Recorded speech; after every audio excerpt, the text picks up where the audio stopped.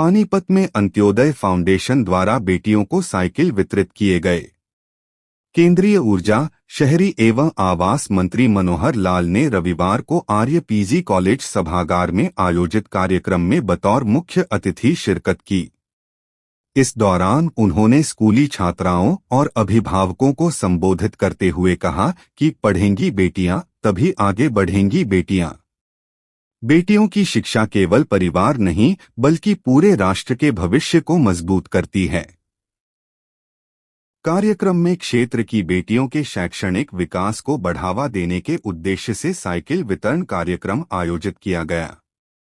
केंद्रीय मंत्री ने 104 छात्राओं को पानीपत क्षेत्र में तथा 143 छात्राओं को समालखा क्षेत्र में साइकिल वितरित की।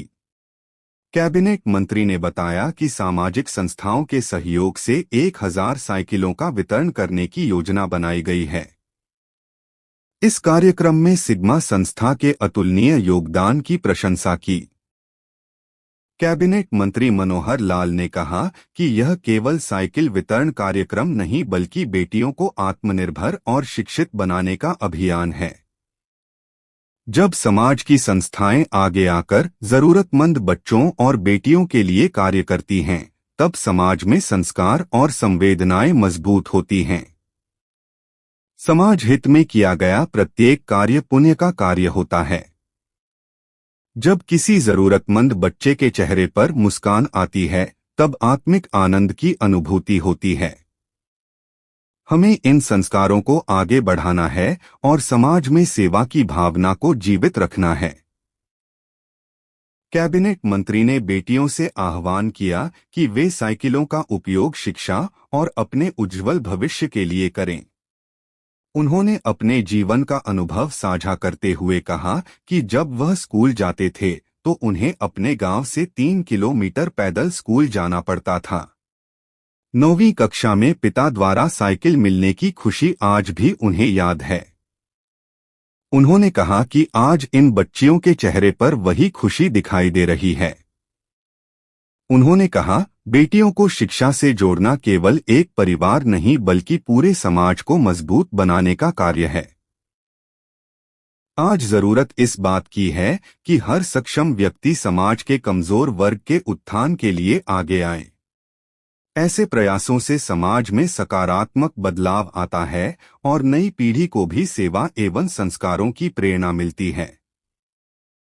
इस अवसर पर केंद्रीय मंत्री मनोहर लाल खट्टर के प्रतिनिधि गजेंद्र सलूजा ने कहा कि आज का ये जो कार्यक्रम था, ऐसी बच्चियों को, जो बच्चियां अपने गांव से दूसरे गांव में, जो 2 किलोमीटर है, 3 किलोमीटर है, 8वीं तक तो हमारे हरियाणा में हर गांव में स्कूल है, लेकिन जो 8वीं से ऊपर है, चाहे वो 9वीं क्लास में है, 10वीं में है, 11वीं में, 12वीं में, ऐसी बच्चियां और गरीब परिवारों की बच्चियां जो वहां पैदल जाती हैं या किसी के साथ कभी कोई सवारी मिल गई उसके साथ जाते हैं, ऐसी बच्चियों की चिंता करके हमारे बाबूजी ने, माननीय मनोहर लाल जी, पूर्व मुख्यमंत्री और अभी केंद्रीय ऊर्जा मंत्री और आवास मंत्री हैं, उन्होंने एक अंत्योदय फाउंडेशन बनाया। उस फाउंडेशन के तहत ऐसी बच्चियों को आज पानीपत में 104 बच्चियों को पानीपत में और 144 बच्चियों को समालखा में साइकिल दी है। साइकिल का एक अपना ही वो होता है। अभी आप वहाँ सुन रहे थे कि कैसे डॉक्टर अब्दुल कलाम को, उस समय गरीब परिवार से था, एक साइकिल मिली और उस साइकिल से उन्होंने कितनी आगे पढ़ाई की और कहाँ तक पहुँचे।